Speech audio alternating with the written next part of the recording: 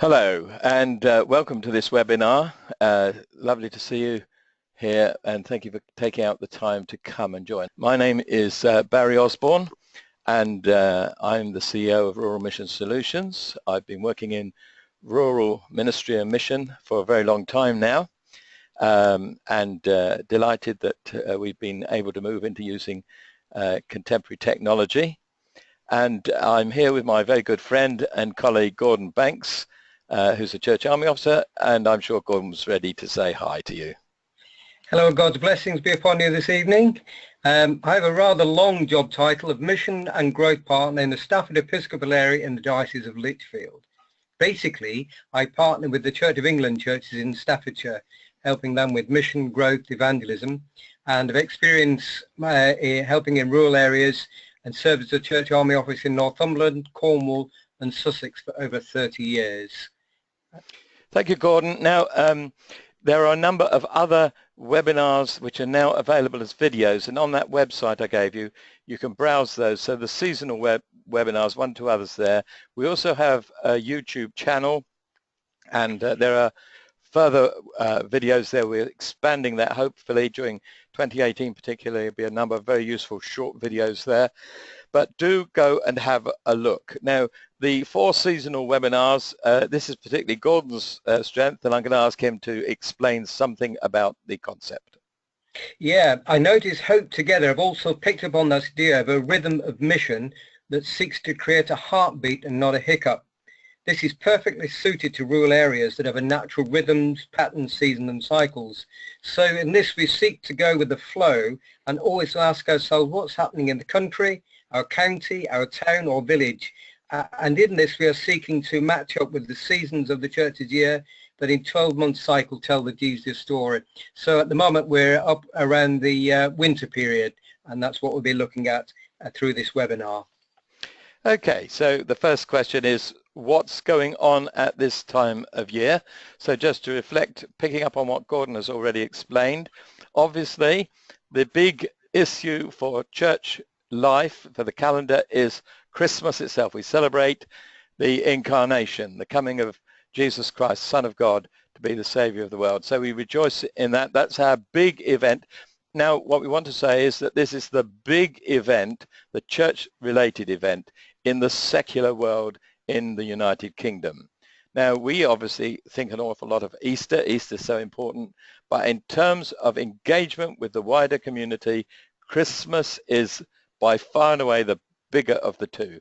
So we need to think in terms of how we're going to use that and bridge with the wider community. Now, from the church side, we've got obviously Advent leading up to Christmas, so we can use things that relate to Advent. We'll be talking about that.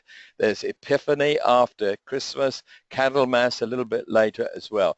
And so we're going to be addressing those. But at the same time, there are things going on in the world around. So, of course, New Year, that's going to be another biggie within the secular society. Churches sometimes mark it as well. Did you realize that, I'm not quite sure how early it is in January, but quite early in January, there'll be very important cricket matches in Australia. So the Ashes will be on, and very important. So that'll be on the television, and people will be talking about it in various places. So we need to be aware of that. It's a way we can relate to what's going on in the sports world. Incidentally, excellent website the BBC runs, Sports Calendar. So if you search Sports Calendar BBC, you should be able to find it quite easily. It's a super website for telling you all the big events that are coming on for months and months ahead. And then there are local things. Actually, the Lincoln skating thing will hit the news. That'll hit national news as well. But there are sometimes local things, and you need to think it through, find out what's going on as we go through these things. So what we're going to do in this presentation is we're going to split it into 2 parts. Part 1, we're going to talk about various suggested activities through the winter months, particularly at Christmas. Part 2 will be helpful resources. We've got lots of resources. One of the handouts is called the main handout. Now that will have all the web links so that you can find your way to all of these resources. And we'll try to keep that updated if we can as we move towards Christmas. We'll have to move through the helpful resources quite quickly, so don't worry if we haven't got onto them and time is going, because we'll go through them quite quickly at the end. Gordon. Yeah, three important items indeed. The first thing is to say that whatever we do, we want to encourage you to do it really well. And think of your mission activities as if they're a shop window. And so go for quality. You may find people in your community who will come to special occasions. And if the experience they have when they come is one of quality, then they're far more likely to be open to receive the message of the Christian gospel and possibly become a regular part of your church. So go for quality. The second thing is to encourage you to use quality advertising. Try and get rid of those dog-eared old service sheets or carol sheets that have been around forever. Get something nice, bright, and there's lots of great material around as well. And things like the Christian Publicity Organization, CPO, we'll mention that later on as well, produces some fabulous resources at the time. And then plan forward. Asking yourself, well, we've got folks coming along, so what's the next step? That's a really key message when we're putting forward. Always be thinking, so we've got folks turning up for something, that what can we push them forward into and encourage them to come along and take a next step. Barry, how else might we make Christmas special? Well, there are a number of ways that we need to think through. You've already mentioned the danger of just doing the same things we've done before. And I think at Christmas, that's so often what happens. You know, we sort of fall into a rut. We have carols by candlelight, and we have the lessons and the reading, lessons and carols and various things. And often, as you say, sometimes we're bringing out rather tired looking carol sheets. Really sad to do that. And it's giving those negative messages. Come on, this is our special event. Let's celebrate. Let's do it really, really well. So think, are there ways you can refresh it? Now, does anybody else do it better? Well, the answer is yes. Already our shops are full of all sorts of things. They're taking advantage of the Christmas holiday sense rather than the religious sense, but they're well organized, well in advance. They've thought it through. They've got their plans, their strategies in place. They've decided how much money they're going to spend, all of that. Now, sadly, don't hear much of that in churches. Just fall back to the same old, same old. And we need to think about how can we do things better. Somebody said to me recently, do you know the pub in our village celebrates Christmas better than the church? Isn't that sad? So, what are you going to do to make it wonderful? And we hope not just wonderful, but full of wonder. Indeed, Barry. And here are just some ideas to kick us off. Posada means in Spanish and is a Mexican custom. It's been around a wee while now and people are picking it up. But the idea is that during the leading up to the Christmas day, nativity sets of Mary and Joseph travel on a roster basis, visiting a different family or place every night. It can work in schools, it can work around your community, work in workplaces, all sorts of places. And basically, Mary and Joseph and maybe a donkey stay for a night and receive hospitality. And you can make this an opportunity to invite guests round to say special prayers. You could tie it in with caroling, and there are lots of resources available from the church army, and there's even a Grove booklet that explains more about this great opportunity of telling the Christmas story.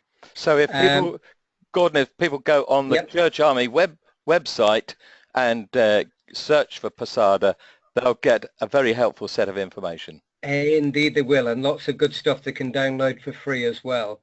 That's right. Slow it down. Well, this morning in Costa, while having my coffee, I was serenaded with I'm dreaming of a white Christmas. Oh. And I thought, oh no, and it's everywhere. And it's only too easy to get caught up in all the frenetic activity. Why not offer space for prayer and reflection? After all, one of the older traditions of Advent was to consider the four last things: death, judgment, heaven, and hell. And so, you know, it's useful to think there is another side of Christmas to consider. Or you might usefully reflect on those for whom this time that's coming up is painful or difficult, but slow it down, be a little bit more reflective as well. And that might tie in with a Christmas book club. And there's three particular titles here that we can well recommend, but you may have others as well. You could even turn to a classic like Dickens' Christmas Carol. Might be something to read again and try and think about what the story is in that and its relevance for today. And then as we move into Advent, what about an Advent activity day for children, or for all age, or perhaps even messy Advent? I think it's a great time. In one church I was in, we had the wise men began their long journey. And the church I was in, we were able to put them on a windowsill that started at the back of the church with a star hanging over. And they kept moving every week closer and closer until Christmas Day, when they sat just to one side. Just a great way, because it began to build up and something, the story was going on as well. And then it's a big ask, but if you can put on a children's morning or afternoon on Christmas Eve, or as close as you can, you will get some very appreciative parents. They love the space to get those final jobs done. The children love the space to run around and not be confined, and also to be with other children. You get to teach the Christmas story, preferably using a quiz. Everyone is invited back to see a short play the children have practiced and a song they've also practiced. You will then offer them a simple lunch or afternoon tea and let them know about the rest of the Christmas services and activities. And one key thing to do, if you do run your quiz, run it again, this time children versus the adults. And that way the children get the teaching twice, and the adults often get beaten by the children, which is great fun as well. It's a big ask, but if you can manage it, it really does pay dividends. And in all of this, Barry, we need to talk about partnerships. Yes, but before we do, I want to come back to your idea of having a quiz, because one of the items, I don't think it's on the handout, but it will be on the website, is in fact a Christmas quiz. Now, brilliant. What's amazing is how many Christians do not know accurately the biblical record relating to Christmas.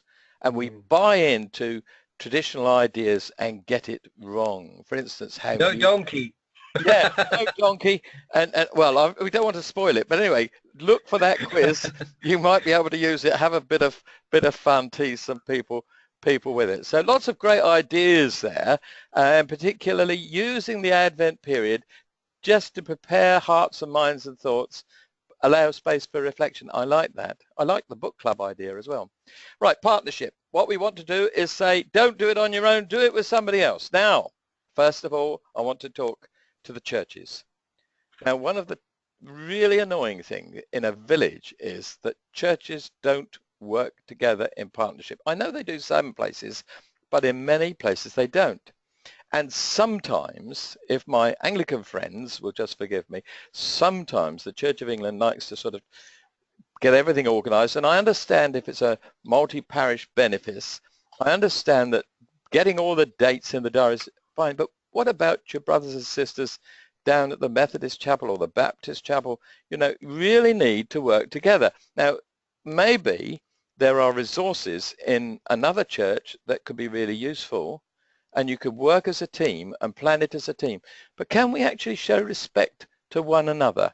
Now, it isn't just the Church of England, perhaps, who takes this as kind of an assumption of being the senior, the proper church, and expecting others to fit in around it. Sometimes you can get a very strong evangelical free church, and they'll do the same. It's so bad. And really, to do it at Christmas, almost unforgivable. But there are other people you can think about who might become partners. Now, this is where, if you are sensible, you can enhance everything that you're seeking to do to present the real message of Christmas. So think about talking with people from the parish council. Talk to the chairman of the parish council. Say you're making plans for Christmas. We wonder what the council has been thinking. You might find they've got some super ideas and plans, maybe nothing at all. But you're showing courtesy. It will pay you dividend if you do it. Schools always have a plan and a program. Find out what it is. See if you can tie in. And again, think ecumenically if you can, please, especially if it's a church school. Usually the pub will want to do something very special for Christmas. Make sure it's not on at the same time as a major church thing. You know, work it out together. Try and dovetail all these different things. And then there may be other organisations. Women's Institute, for example, and clubs and activities. See if they've got any plans and see how well you can work together. And if there's a village shop, if you're fortunate enough still to have a village shop, they'll want to do something. So see if you can feature in. And so maybe some of the ideas we're going to come up with in a minute may give you ideas of how to work with some of the wider community. Gordon. Christmas tree festivals. I first came across these in Bodmin in Cornwall about 15 years ago, and they've grown in popularity. In my hometown, Stafford, the Anglican church there has over 60 trees of a standard height that they sell to charities and community groups. The group then decorates their tree, promoting their charity. There's an opening ceremony with the mayor. During these 6 days, various groups, school music groups and choirs use the space to put on musical events. And if you do that, it's good if one tree is a prayer tree. And again, I remember one small rural church in Sussex who offered silver stars on which people could write the names of loved ones who had either died or would be away over the Christmas period. So a great opportunity there for a Christmas tree festival, and it can work in all sorts of places as well. And then afterwards, well, after Christmas, strip the tree of its branches and turn it into a simple cross. Leave it lying around, ready to bring it to focus during Lent. During the week of Lent, you might like to add an artifact every week, a sponge, a pair of ladders, a whip, a bag of money, and you could use this cross as a focus for any Good Friday activities. Then using chicken wire as a frame, bind Oasis onto the cross and cover it with small flowers, usually white and gold. And this prepares the cross for Easter Sunday morning. And so you've made the journey from the crib to the cross, because after all, it's only a matter of time. I think that's such a good idea, Gordon, really is. Yeah, and I think it's a Methodist idea originally, and I think we've got a handout about that, or certainly we've got some information around how to do that as well. It really is quite a phenomenal, and certainly when people come in to see the cross when it's decorated for Easter Sunday, there's usually lots of kind of like, wow, because it just transforms. It really is fabulous. But anybody want any more details of how that actually works, what time it does, and all that kind of practical details, just drop me an email and I'm happy to, because I did it quite a number of years when I lived in Hove in Brighton. Just to say, you'll get Gordon's email address at the end, and it's also in the handouts. So all of the information is there. You'll find it helpful to you. I want to talk to you about an event that's held in a Lincolnshire village with some friends of ours who are very much involved in fresh expressions in rural areas. And they have been running an event in their village, which is wonderful. And it starts with a Christmas messy event. And I should imagine either mid to late afternoon, perhaps. And so they would hope to get children and adults together, and not just a children's event, but really mixing it up and getting people from the community. Now, it's going to link to something much more, as a form of a nativity trail. So what actually happened was that at the end of the messy event, the children were encouraged to come out into the church, and the leader said, we're going to go and see if we can find the baby Jesus. Come on, we'll all go out here. So they went out into the churchyard and found a number of people dressed up as shepherds. I'm not sure, they may even have had an odd sheep. And so everybody set up to ask the question, is the baby Jesus here? To which the shepherds say, no, but you might like to go down the road to the Methodist chapel because something's going on there. We've been hearing some singing. Go and see if there's there. Incidentally, there were some angels around earlier, so they went down to the chapel, and sure enough, there were some people dressed as angels and singing carols. And when they had finished, the question was posed again, is the baby Jesus here? And they replied, no. They obviously, you could script this. They said no, but we do understand that they may know something about him if you go down the road to the inn. So everybody went down the road to the pub, and when they got to the pub, again, there was carol singing going on, and they asked the question again on cue, is the baby Jesus here? And the landlord has his script, and he says, No, I think that is that the baby of Mary and Joseph. They were looking for lodgings with me, but I didn't have any room. I had to send them down the road, and so they went on this trail, and they ended up in what you can see in the picture here with a nativity scene, and the shepherds have made their way down, and so everything was ready. So they finally find the baby Jesus, and then afterwards come into the house for some carols and also for some refreshments. Now, earlier when Gordon was talking about Advent, he mentioned refreshments. We want to say, if you can do it with food, please do. Okay. Indeed. Yeah. Now, let me lead on from the nativity trail that was acted out to talk about a different idea. This is also, I think, a village in Lincolnshire that kicked this off. Maybe you've seen it in other places. You know those kind of illuminated signs people put on their houses of reindeer and Santa and so on? Well, you could make your own illuminated signs using rope lights and string lights. You'll find these if you've got an electricity shop anywhere near you, go and talk to them about it, or you can get them on Amazon. They're very cheap. And you can make your own display. Now, you might need to build it around either a plywood cutout, or you might build it around a copper wire frame. But you could put on these lights, or you can do other illuminators. And again, if it's not in the handouts, you'll find on the website there's an item there. What we would say is, remember, safety first. Okay, whatever you do with electricity, make sure it's going to be safe outdoors. Okay, but you could match this up, of course, with putting maybe some words in a laminated form saying something about the story. And what this village did was they had the whole thing. So it started off with some angels or some shepherds, then some angels, and then from there they went to Bethlehem and found Mary and Joseph and the baby, and then they had wise men. So it's very interesting, very clever idea. And they put it around the village with a note to say where the next picture was, so telling the story bit by bit. Gordon, you've got other ideas. Indeed, Barry, and just picking up that, I hope people have been picking up that we have a passion for getting the story out of the church building. Nothing wrong in that, but these are opportunities to take it out into the village or into the community. And one of those ideas is Stations of the Crib. I mean, you might be familiar with Stations of the Cross, so you could use the same idea, but perhaps using laminated sheets, making a trail through the village that tell the story of the journey to Bethlehem. Or, to be more adventurous, you could think Palm Sunday and possibly a donkey. Here you could make the journey with various appropriate station stops. At each station there will be a short reading and a carol telling something of the story, and conclude somewhere for some nice refreshments, hot mince pie and mulled wine perhaps. And very importantly, do make sure it's a whole community event and involve as many people as you can. And you could link this in by building an outdoor crib scene where you could conclude your stations, maybe placing some key figures you have carried with you on the journey.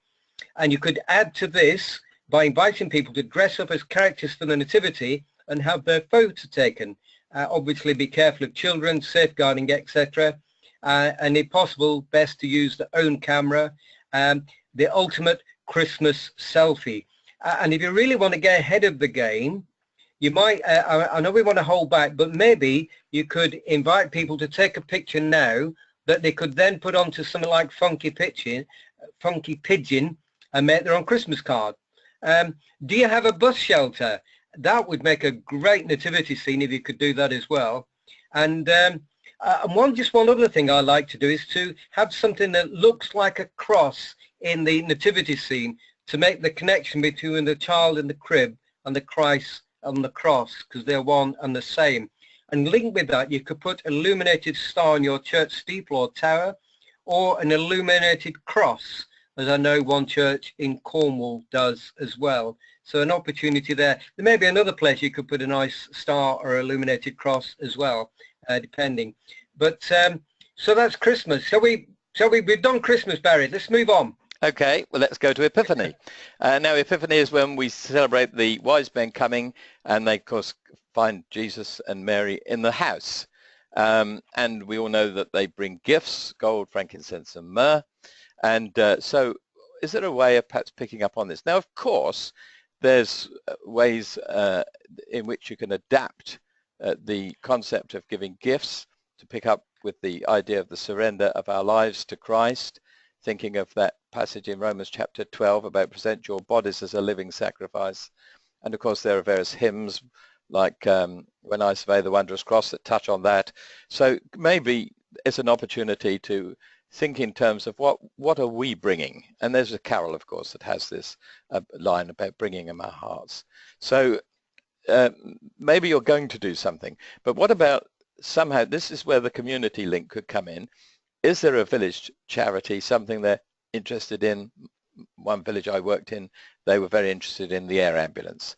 But is there a way in which you could link with a charity that helps children somewhere? So keep the emphasis on the children, street children or something like that you could do. So that's Epiphany. Thinking it through, how can you continue to keep the theme running and the interest in the community high? We want the community to be buzzing with everything that's going on in the church. So Epiphany. And just on Epiphany as well, I'll just chuck in there, go and check out Blessings of the Chalk that you use to make a mark over your door. Just go and check that out. Anyway, Candlemas, the dedication of Jesus, the presentation of Christ in the temple, the story told in Luke 2:22 to 40.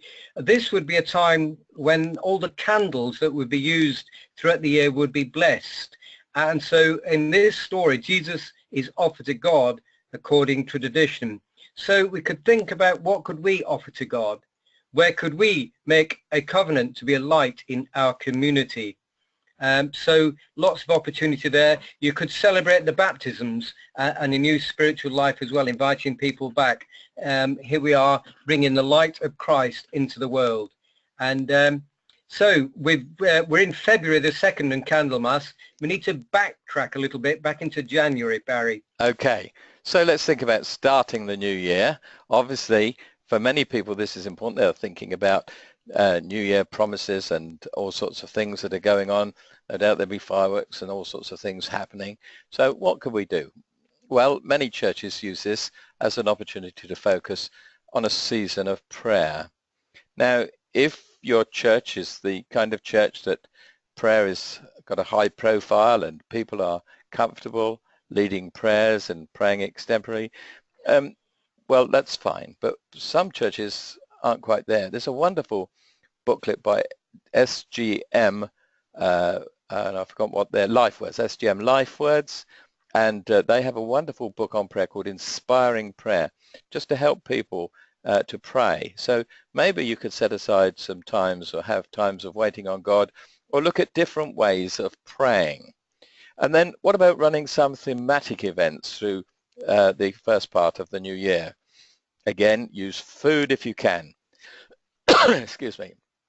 So you might want to do something on the theme of thankfulness as you look back over the past year, on forgiveness, again, if we think about mistakes we've made or things we've left undone, and then looking forward to hope. So thematic things. And then maybe following Christmas, what about whatever happened to that baby? Now that's not a bad snappy title you might want to put up outside your church. And you could do it in a number of ways. You could have, for instance, a sponsored reading of St. Matthew's Gospel with different people taking part. You could encourage people to handwrite a gospel. Now, Matthew's 28 chapters long. It's rather long. But I have known churches that have handwritten St. Mark's Gospel. But unfortunately, it's not much about the birth of Jesus in St. Mark's Gospel. But, you know, handwriting a gospel with different people in the community taking part, adults and children, important people like the chairman of the parish council and so on, each writing a chapter. So various things. Follow up on whatever happened to that baby. And just to jump in there, Barry, thinking ecumenically in partnership, the first Sunday in the year is normally for the Methodists what they call covenant service.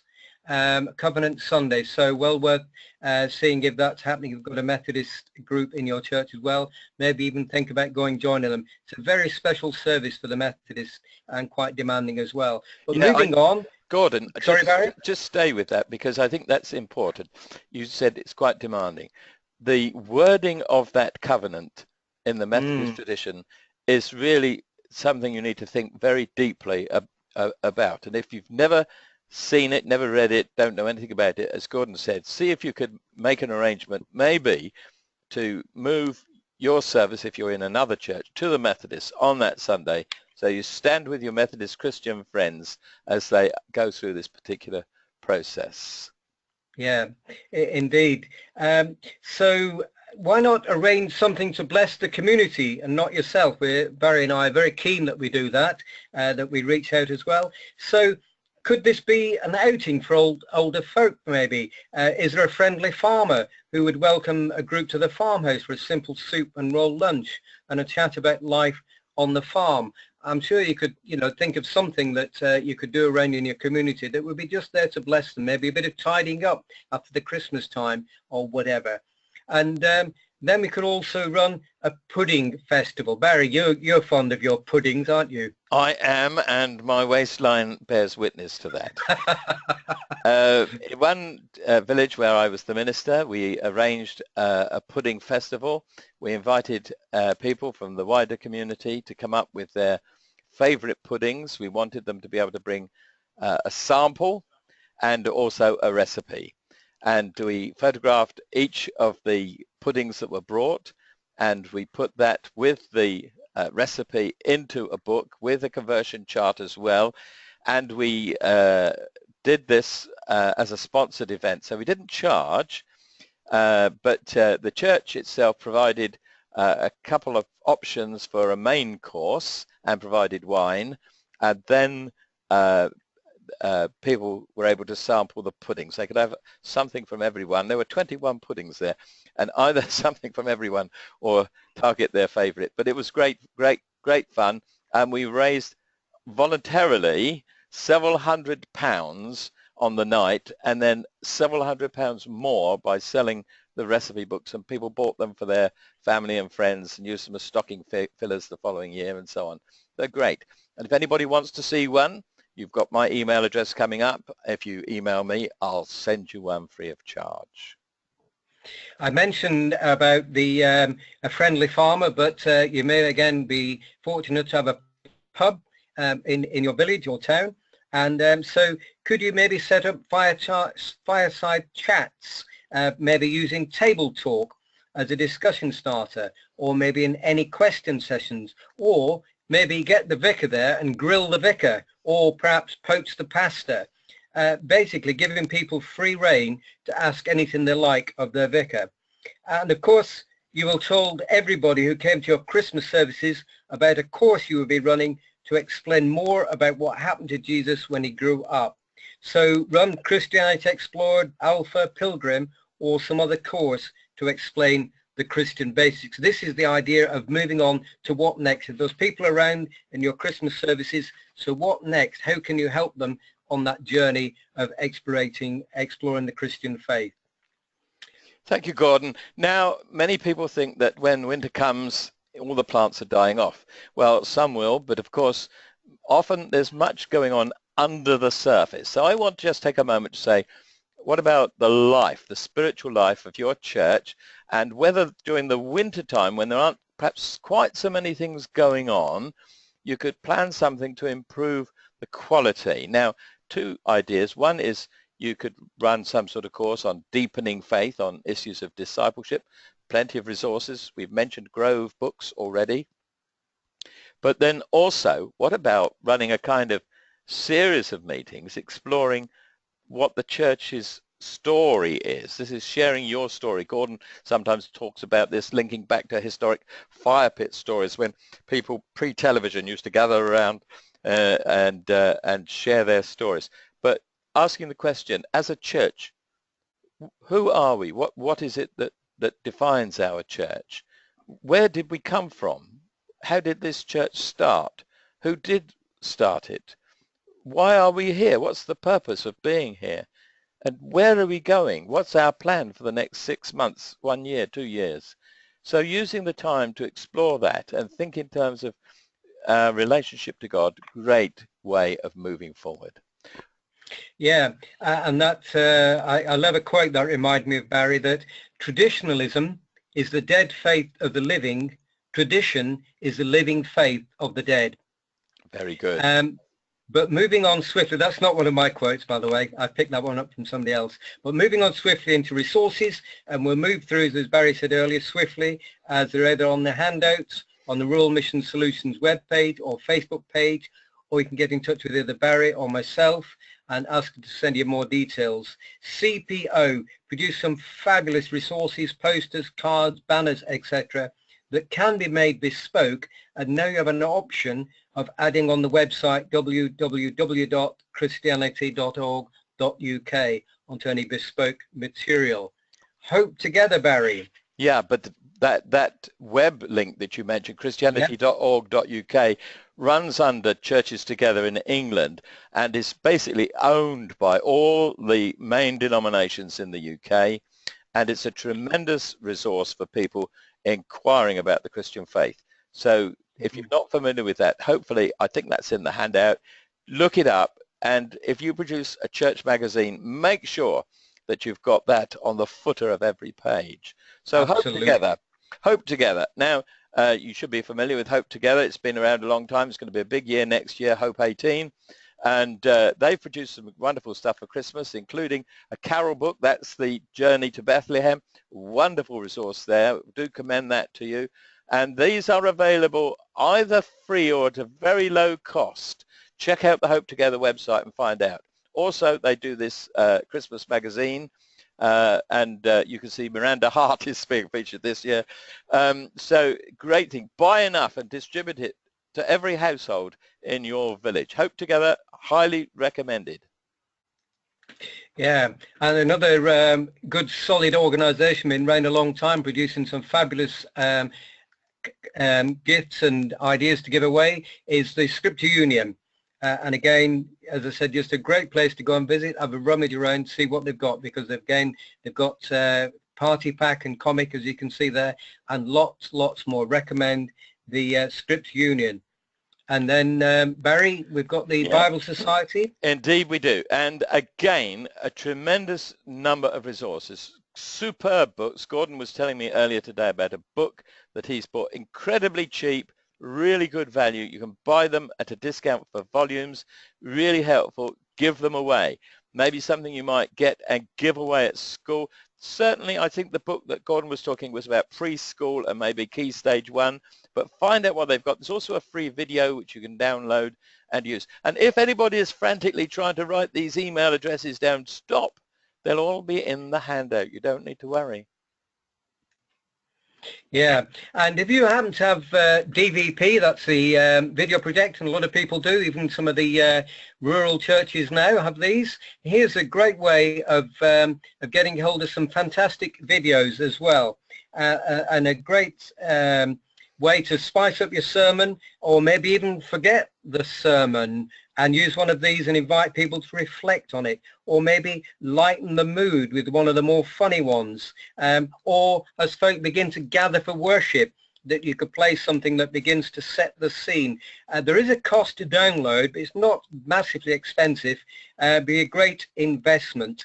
And on videos, check out some brilliant ones on YouTube from a group called Apologetics. That ends with an X, and there's a great version of Hotel Can't Afford You that's a spoof of Hotel California.